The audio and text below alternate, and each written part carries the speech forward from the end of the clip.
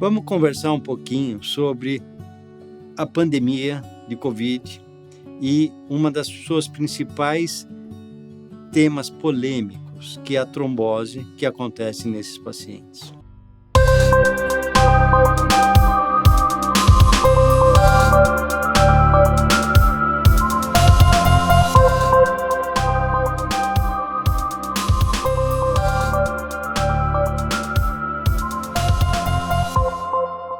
Trombose aumentada em infecções virais não é novidade. E existe até a especulação de por que essa microtrombose e não uma trombose venosa profunda aconteceria.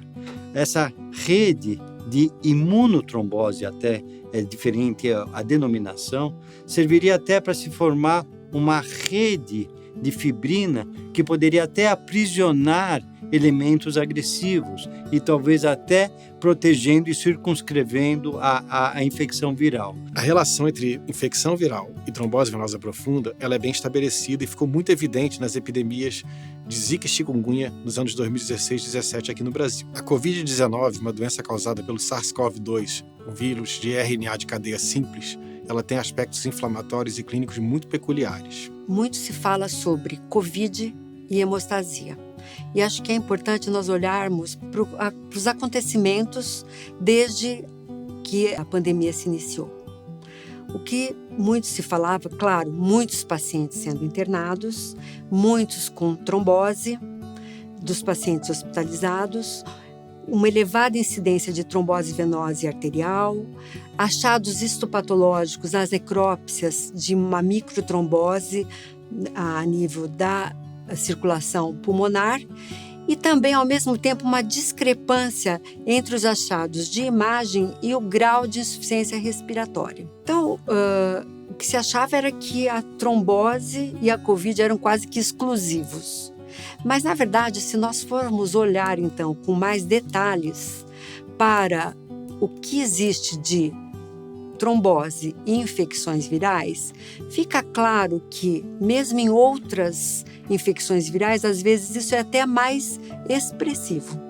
Talvez pelo grau de contaminação e número de internações, principalmente na fase inicial, isso ficou muito mais evidente e se imaginou que era uma coisa muito mais relevante nos pacientes com Covid-19. O que se sabe é que toda vez que há uma infecção por um vírus, o próprio organismo, até por uma situação de evolução, ele vai ativar alguns mecanismos no sentido de proteção.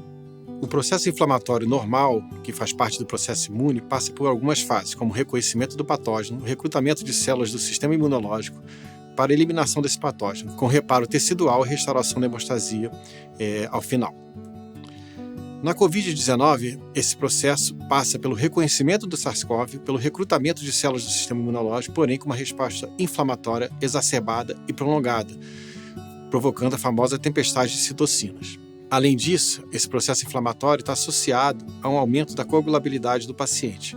Isso é causado pela diminuição da fibrinólise, pela diminuição dos anticoagulantes naturais, proteína C, proteína S e antitrombina, pela ativação das vias intrínsecas e extrínsecas e pela ativação plaquetária. Isso, por fim, provoca os fenômenos trombembólicos conhecidos da doença, como o tromboembolismo pulmonar, a trombose venosa profunda e a trombose arterial. O manejo clínico do paciente com Covid-19 deve ser baseado em evidências científicas consistentes, além de, claro, da experiência da equipe que está na linha de frente desta infecção. Então, existe uma ativação de várias células. Nós teríamos, então, a produção de interleucinas, particularmente interleucina 6, interleucina 8, fator de necrose tumoral alfa.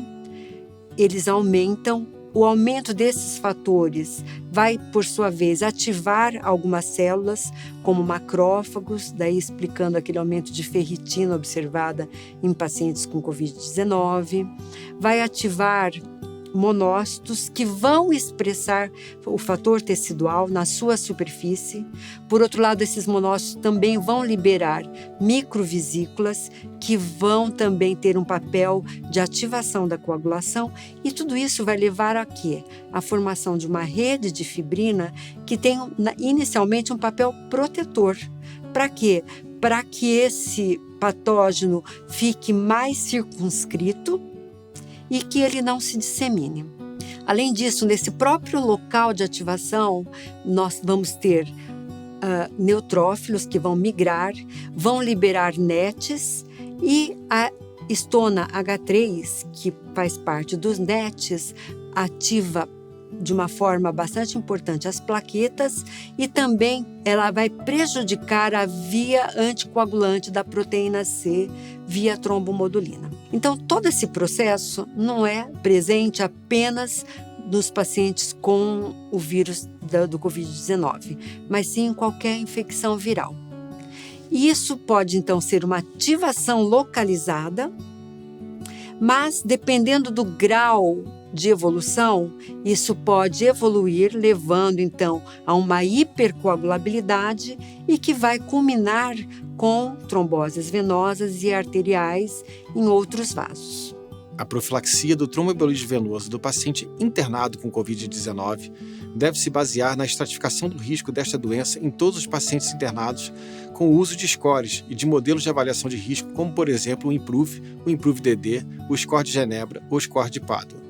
A farmacoprofilaxia desses pacientes deve ser feita preferencialmente com as heparinas e com extensão após a hospitalização com a rivaroxabana 10mg por 35 dias, naqueles pacientes que têm, no momento da alta, IMPROVE maior que 4 ou IMPROVE-DD 2 ou 3. Já no tratamento do TEV do paciente com Covid-19, a anticoagulação deve ser feita preferencialmente com as heparinas de baixo peso molecular ou fondaparinux das doses usuais. A extensão com DOAX, heparina de baixo peso molecular ou fondaparinux após a alta hospitalar deve ser feita por 3 a 6 meses. E a fibrinólise sistêmica deve ser apenas indicada naquele paciente com embolia pulmonar com estabilidade hemodinâmica. Uma questão muito em voga na infecção pela Covid-19 é a solicitação do exame laboratorial de D-dímero. E esse maldito dímero D, ou a sua má utilização, está causando prejuízo para muitos doentes. Vamos voltar um pouquinho no tempo. O dímero D, ele foi criado, esse analito, esse exame laboratorial, analita é como os patologistas clínicos se chama qualquer exame de laboratório, ele foi criado numa situação de um paciente com baixo risco de ser um tromboembolismo venoso. Se o dímero D vem negativo, eu posso dispensá-lo, por exemplo, da sala de emergência, como causa da sua dispneia não ser de uma embolia de pulmão. Só que o dímero D começou a ganhar proporções que não foi designado para isso.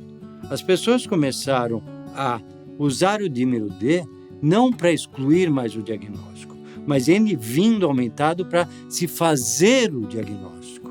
E mais do que isso, para se anticoagular o paciente. E aí a gente foi estudar isso e fizemos um estudo publicado agora no começo de 2022, analisando 3.000 pacientes com Covid no Hospital das Clínicas. E a gente foi ver especificamente o dímero D.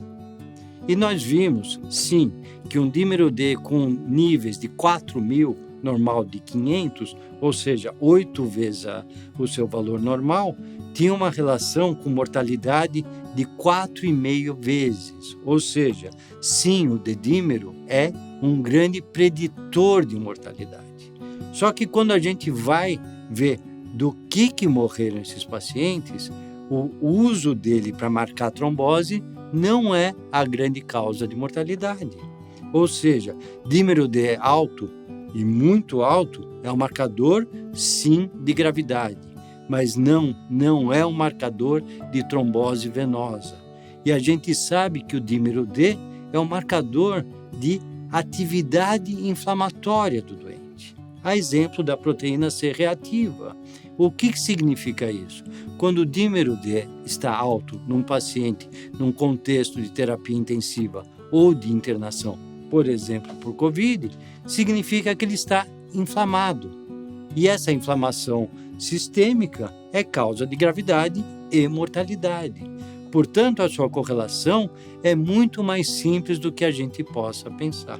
Fica bastante evidente é que nós temos uma ativação da coagulação com um perfil bastante inflamatório na fase inicial, Um outro dado bastante relevante é que nós temos uma ativação e uma inflamação importante do endotélio vascular, então favorecendo a expressão de receptores que vão favorecer toda a ativação da coagulação, ativação de plaquetas e a aproximação de todos eles, favorecendo então o processo trombótico e, dependendo da evolução, levando a um quadro mais grave.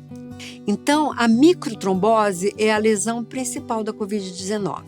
A ativação endotelial é um achado diferencial. E ainda hoje em dia, as pessoas anticoagulam o exame, não o doente. Então, uma lição é: não peçam exames que vocês não saibam interpretar. Pedir muito exame pode ser prejudicial. E lembre-se, less is more.